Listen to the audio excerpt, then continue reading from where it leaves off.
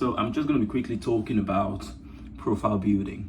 Yeah, so Dr. Zina has done a post that talks about 2 steps to winning scholarships.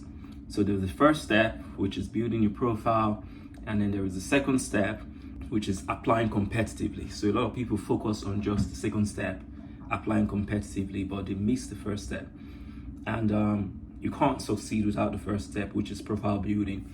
So a lot of you might ask, how do you build a competitive profile? It's rather simple.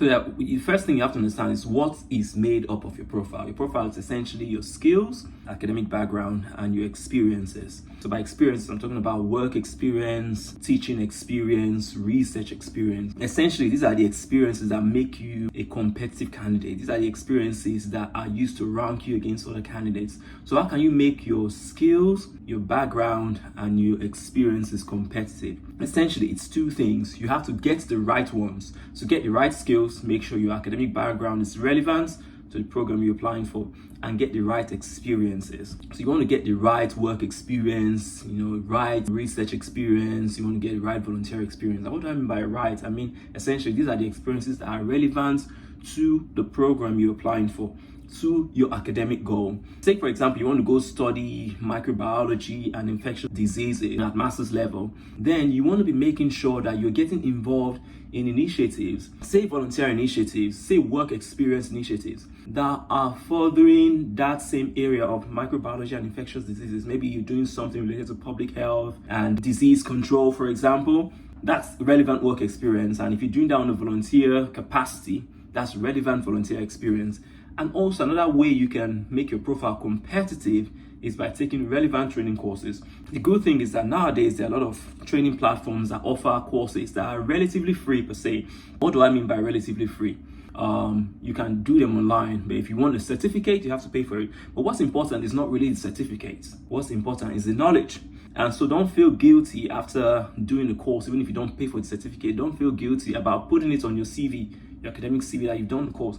So look for relevant courses that you can do that are relevant to your academic goal, to the course you aim to study at master's or PhD level, and do those courses to improve your understanding of the field, to update your background on the field. So that's it. Because one thing is, you have to understand that the admissions and scholarship process is very, very competitive. So if you want to stand a chance of winning, you have to be one step ahead of the competition. You have to do the extra. I'll give you a typical example, a recent example I would say. So I was on LinkedIn the other day. I know about this time schools are starting to resume, graduate programs are beginning to start. And those that have won scholarship, they've been informed, especially for those that won external scholarships like the Chevening, Commonwealth, Erasmus Mundus, Swedish Institute Scholarship. And I always say this, when you see such people posting about the scholarships they've won, do yourself this one good. Just go look at their LinkedIn profile. Go to their work experience section. You would see something very unique, that they are strongly associated with a certain cause that is linked to the program they're going for. Last one I saw on Twitter, X, they call it now, yesterday, was about a lady that she got chosen for she got awarded the Chevening scholarship, and she's going to do something in agricultural economics or so, if I can remember. And I find it interesting. Let me go on LinkedIn and find her and see her profile. And you go there, you find out that, oh yeah, she's been involved with some agricultural initiatives before. She's also going to found her own organization to help farmers with various agricultural initiatives. These are the kind of experiences that win scholarships. And I can bet you that if I had a chance to go through her CV, you would see there clearly written that she's got relevant experiences, professional experiences and volunteer experiences. And I can also bet that she's also done some online courses that would have even informed her to do better in those initiatives. So then she has a lot more to write about in application documents. Without a competitive profile, you can't write much in your application documents.